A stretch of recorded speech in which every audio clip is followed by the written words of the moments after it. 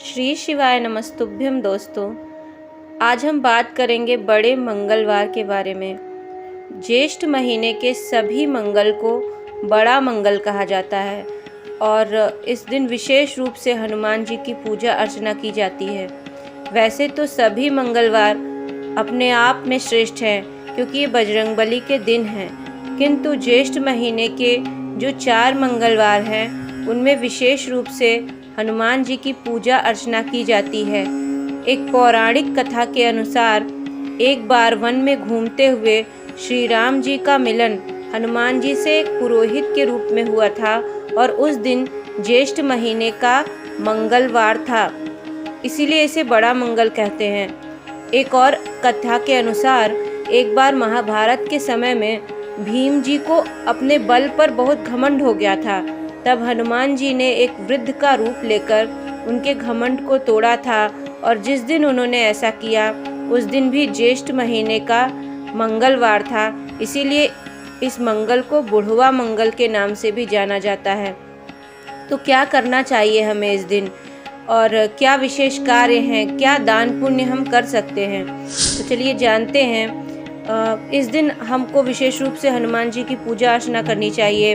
आप उन्हें लाल रंग का चोला समर्पित कर सकते हैं और हनुमान जी के सामने घी का दीपक, गाय के घी का दीपक या तिल तेल का या फिर चमेली के तेल का दीपक जलाकर आप कोई पाठ पढ़ सकते हैं, जैसे हनुमान चालीसा का या फिर सुंदरकांड का पाठ।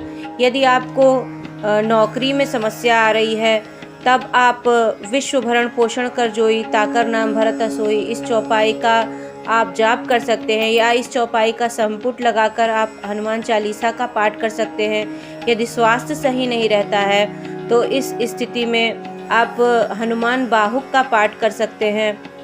यदि कोई समस्या आ रही है तो हनुमान अष्टक का पाठ किया जा सकता है, जैसे जीवन में कोई संकट आ रहे हैं तो उस स्थिति में आप चारों बड़े मंगल को इस तरह से हनुमान जी की पूजा अर्चना कर सकते हैं। इस दिन विशेष रूप से भंडारे कराए जाते हैं, राहगीरों को शरबत पिलाया जाता है। यदि आप इनमें से कुछ व्यवस्था कर सकते हैं तो किसी भी मंगलवार को कर सकते हैं, और नहीं कर सकते तो जो लोग ऐसा कर रहे हैं वहाँ मिलकर भी आप कुछ सहयोग देकर भी ऐसा कार्य कर सकते हैं, या फिर आप कुछ लोगों को सिर्फ पानी ही पिला सकते हैं। तो इस तरह से आप इस दिन का लाभ उठा सकते हैं। और इस दिन कुछ दान हैं जो हमें करने चाहिए, जैसे लोगों को आप लाल वस्त्रों का दान कर सकते हैं। इस दिन गुड़ का दान भी किया जाता है और आपको प्रयास करना चाहिए। हनुमान जी के भोग में गुड़ और चने का भोग समर्पित किया जा सकता है और गुड़ का दान सभी तरह के ग्रहों को शांत करता है। और इस दिन घी का दान भी किया जाता है। घी के दान से कहते हैं कि जीवन में सुख समृद्धि आती है। तो इस तरह से हम इस दिन का विशेष लाभ उठा सकते हैं। हनुमान जी के लिए कुछ भी असंभव नहीं है। कहा भी गया है कि कवन सो काज कठिन जग माही, जो नहीं हो ही तात तुम पाही। तो हम हनुमान जी से इस दिन विशेष रूप से पूजा अर्चना करके अपनी मनोकामनाओं की पूर्ति भी कर सकते हैं। और इसके लिए आप मदार के विशेष, यदि कोई मनोकामना है तो आप मदार, जिसको कि आंकड़ा भी बोलते हैं, उसके पत्तों पर राम राम लिखकर 108 पत्तों पर या 11-21 पत्तों पर राम राम लिखकर उसकी माला बनाकर हनुमान जी को समर्पित किया जा सकता है। चमेली के तेल और सिंदूर का आप दान भी कर सकते हैं मंदिर में, या फिर पुजारी जी से बात करके उनके ऊपर चमेली के तेल और सिंदूर का जो लेपन होता है वो भी करवा सकते हैं। तो और चमेली का दीप मंदिर में प्रज्वलित कर सकते हैं। इसके अलावा लड्डू हनुमान जी को विशेष प्रिय हैं, तो आप बेसन के लड्डू जो है वो भोग के रूप में चढ़ा सकते हैं। और तुलसी दल की माला भी हनुमान जी को चढ़ाई जाती है और लाल रंग का चोला हनुमान जी को समर्पित किया जा सकता है।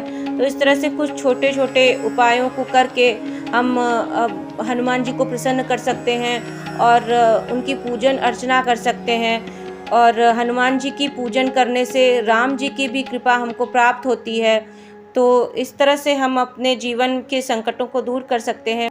दोस्तों, यदि किसी विशेष मनोकामना की पूर्ति के लिए हनुमान चालीसा पढ़ी जाए उसकी एक विशेष विधि होती है, तो उस तरह से वो मनोकामना निश्चित ही पूर्ण होती है। और ये मेरा स्वयं का किया हुआ है, इसलिए मैं आपको बता रही हूँ।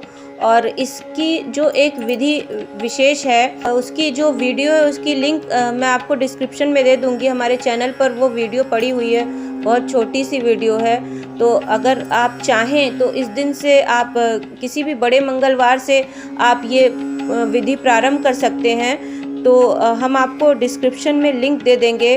वीडियो को लाइक ज़रूर कर लीजिएगा यदि वीडियो पसंद आई है तो, और वीडियो को अधिक से अधिक शेयर कीजिएगा जिससे अधिक लोगों तक इसका लाभ पहुँचे।